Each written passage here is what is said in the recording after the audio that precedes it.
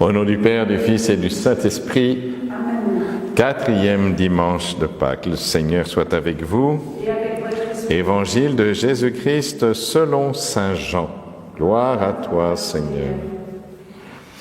En ce temps-là, Jésus déclara « Amen, Amen, je vous le dis, celui qui entre dans l'enclos des brebis sans passer par la porte, mais qui escalade par un autre endroit, celui-là est un voleur et un bandit. Celui qui entre par la porte, c'est le pasteur, le berger des brebis. Le portier lui ouvre et les brebis écoutent sa voix. Ces brebis à lui, il les appelle chacune par son nom et il les fait sortir. Quand il a poussé dehors toutes les siennes, il marche à leur tête et les brebis le suivent, car elles connaissent sa voix. Jamais elles ne suivront un étranger, mais elles s'enfuiront loin de lui, car elles ne connaissent pas la voix des étrangers. Jésus employa cette image pour s'adresser aux pharisiens, mais eux ne comprirent pas de quoi il leur parlait. C'est pourquoi Jésus reprit la parole. Amen, amen, je vous le dis, moi je suis la porte des brebis. Tous ceux qui sont venus avant moi sont des voleurs et des bandits, mais les brebis ne les ont pas écoutés. Moi je suis la porte.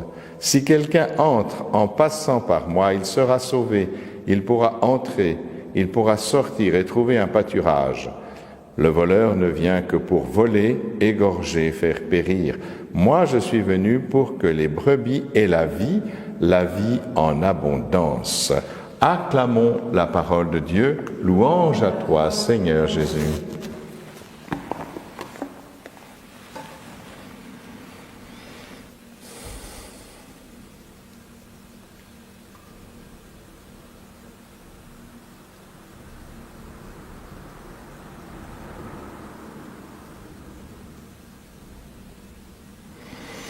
Jésus est la porte, c'est ainsi qu'il se désigne. À quoi sert une porte? À entrer quelque part. Oui, bien sûr. Et voilà où nous mène cette porte. C'est la porte du ciel, tout simplement. Le Seigneur nous ouvre les portes du ciel. Voilà, une porte, ça sert à ça. Et vous voyez, qu'est-ce que c'est que ce ciel? C'est l'intimité. Vous savez, au moment justement où il meurt sur la croix, le bon larron se tourne vers lui et que lui dit-il? Eh bien, aujourd'hui même, tu seras au paradis avec moi. Donc, c'est vraiment lui qui nous ouvre les portes du ciel. Avant, il y avait le shéol, vous savez, ce séjour des morts, ce séjour d'une attente, en fait, qui ne se passait rien de spécial, sinon d'attendre l'éventuelle venue de Dieu. Eh bien, voilà, Dieu est venu, Jésus est la porte, et maintenant, il nous ouvre les portes du ciel. C'est bien par lui qu'il faut passer. Vous voyez, moi, je vous parle en ce moment. Mais c'est ma voix qui vient jusqu'à vous, c'est vrai, c'est ma parole. Mais la parole de Dieu, elle vient jusqu'à vous, elle peut venir en vous. La parole de Dieu, c'est Jésus. Il était normal que ce soit Jésus qui vienne jusqu'à nous, parce qu'il est la parole de Dieu. Cette parole vient au milieu de nous et c'est elle qui va nous ouvrir la porte. Pourquoi? Parce que nul ne connaît le Père si ce n'est le Fils. Et c'est lui qui nous le fait connaître en vérité.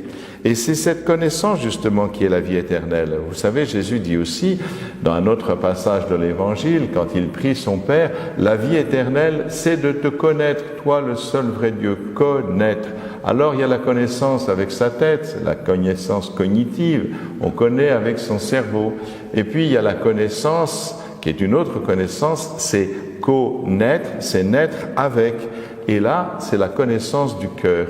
Il y a la connaissance avec la tête, la connaissance du cœur. Et la vie éternelle, c'est de te connaître, c'est-à-dire d'accueillir l'amour de Dieu. Parce que seul, au fond, l'amour peut reconnaître l'amour.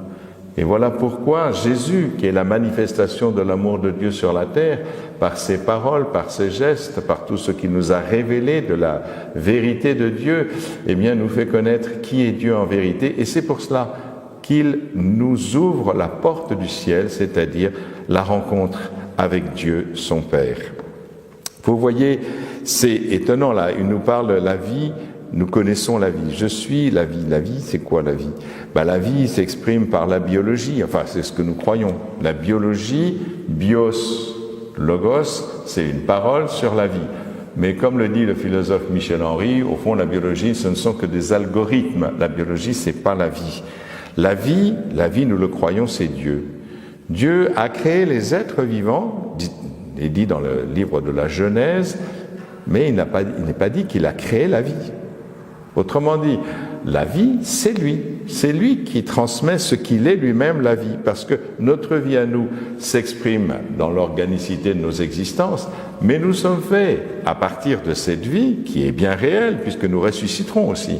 Eh bien, nous entrons dans une vie qui est plus grande, c'est-à-dire dans la vie même de Dieu.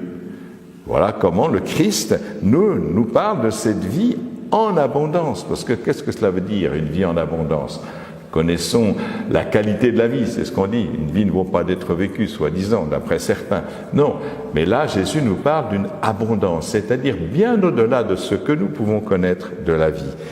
C'est la vie, c'est Dieu qui se donne. Et Dieu s'est donné en Jésus-Christ, en son Fils, en sa parole. Et si nous recevons cette parole, nous comprenons comment Jésus est véritablement la porte qui nous conduit au Père. Si nous accueillons cette parole, eh bien, c'est la vie qui vient en nous et que nous devons accueillir justement en ouvrant notre cœur à cette présence du Christ. Amen.